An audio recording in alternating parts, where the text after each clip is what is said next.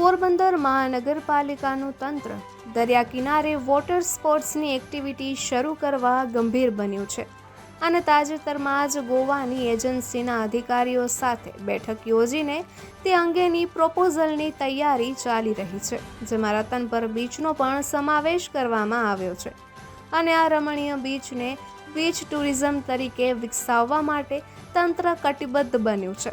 પરંતુ એ જ જગ્યાએ ઘણા લાંબા સમયથી રેતી ચોરી થઈ રહી છે, છતાં તેને અટકાવવામાં તંત્ર સક્રિય બન્યું નથી. તે શરમજનક છે તેમ જણાવીને જાગૃત નાગરિકોએ તંત્રને સમયસર જાગી જવા માટે આહ્વાન કર્યું છે.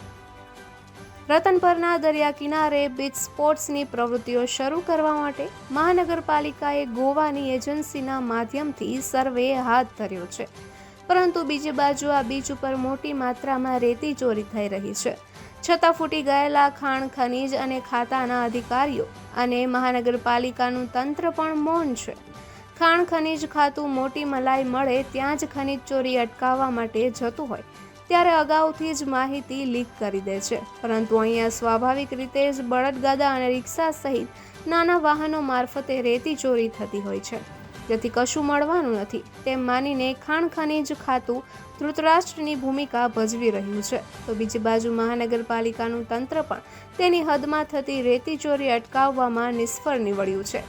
અહીંયા બીચ જ નહીં બચે તો બીચ સ્પોર્ટ્સની પ્રવૃત્તિ કઈ રીતે વિકસાવી શકાશે તેવા સવાલો સાથે 100થી 150 ફૂટ પહોળા અને 10થી 15 ફૂટ ઊંડા ખાડા સ્પષ્ટ નજરે ચડે છે.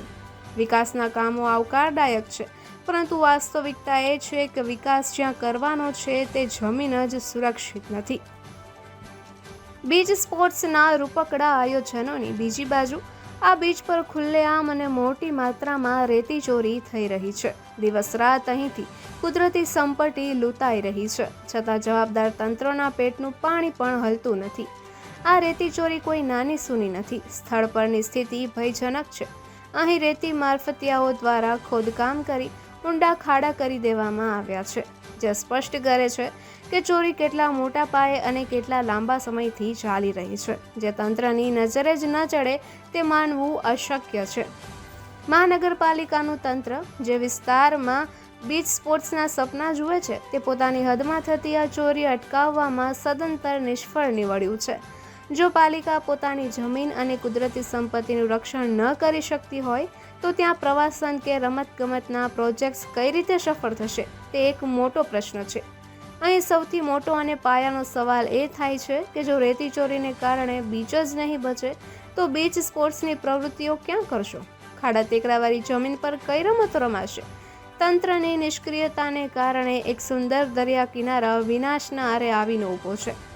ત્યારે તંત્ર હવે કુંભકર્ણની નિંદ્રામાંથી જાગે, ભ્રષ્ટાચાર મુક્ત બને અને ગંભીર બનીને રેતી ચોરી અટકાવવા કડક કાર્યવાહી કરે.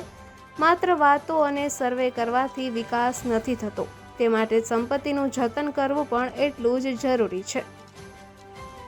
નિપુલ પોપટ, પોરબંદર ટાઈમ્સ.